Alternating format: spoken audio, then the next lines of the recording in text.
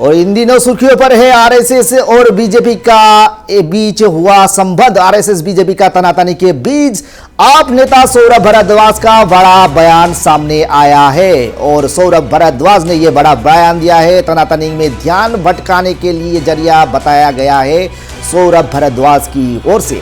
RSS BJP का एक दूध के धूले हैं, यह कहा गया है सौरभ भारद्वाज की ओर से। चुनाव के हार के बाद भाजपा को दोषी ठहरा जा रहा है आरएसएस की ओर से। हार आरएसएस बीजेपी दोनों की है। अपनी नाक बचाने के लिए बीजेपी पर हमला कर रहा है आरएसएस, ये कहा गया है सौरभ भारद्वाज की ओर से। जानते हैं क्या बयान दिया है। आरएसएस अपने आप को बहुत ज़्यादा ओवर एस्टिमेट करने लग गई है। उसको ऐसा लगने लगा है कि वो किसी नैतिकता के पहाड़ पे खड़े हुए हैं और वो सबको उपदेश दे सकते हैं। अगर भारतीय जनता पार्टी घमंडी थी, भारतीय जनता पार्टी में या उसकी लीडरशिप में 100 कमियां थी, तो आप कहाँ थे? आप विदेश में थे। चुनाव से पहले आप कहाँ गायब थे? आपने तब तो नहीं बोला।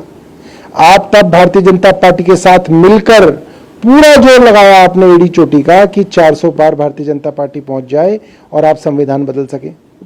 अब वो नहीं हो पाया, तो आप अपनी इज्जत बचाने के लिए कि साहब आरएसएस की कोई गलती नहीं है, आरएसएस नहीं हारी, बीजेपी हारी है, तो आरएसएस अपने आप को अलग करिए। जनता बहुत समझदार है।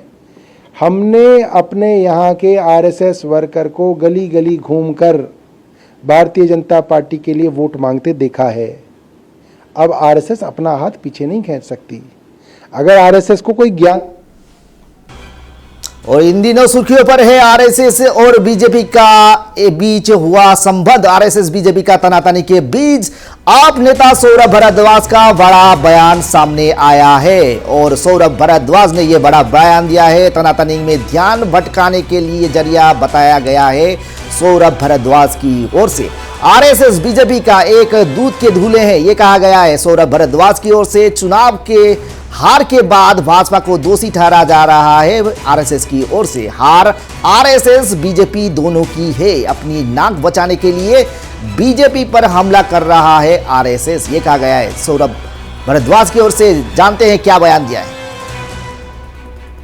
आरएसएस अपने आप को बहुत ज़्यादा ओवर एस्टिमेट करने लग गई है। उसको ऐसा लगने लगा है कि वो किसी नैतिकता के पहाड़ पे खड़े हुए हैं और वो सबको उपदेश दे सकते हैं। अगर भारतीय जनता पार्टी घमंडी थी, भारतीय जनता पार्टी में या उसकी लीडरशिप में 100 कमियां थी, तो आप कहाँ थे? आप विदेश में थे। चुनाव से पहले आप कहाँ गायब थे? आपने तब तो नहीं बोला। आप तब भारतीय जनता पार्टी के साथ मिलकर पूरा जोर लगाया आपने एड़ी चोटी का कि 400 पार भारतीय जनता पार्टी पहुंच जाए और आप संविधान बदल सके। अब वो नहीं हो पाया, तो आप अपनी इज्जत बचाने के लिए कि साहब आरएसएस की कोई गलती नहीं है, आरएसएस नहीं हारी, बीजेपी हारी है, तो आरएसएस अपने आप को अलग करिए। जनता बहुत समझदार है। हमने अपने यहाँ के आरएसएस वर्कर को गली गली घूमकर भारतीय जनता पार्टी के लिए वोट मांगते देखा है। अब आरएसएस अपना हाथ पीछे नहीं खींच सकती। अगर आरएसएस को कोई ज्ञान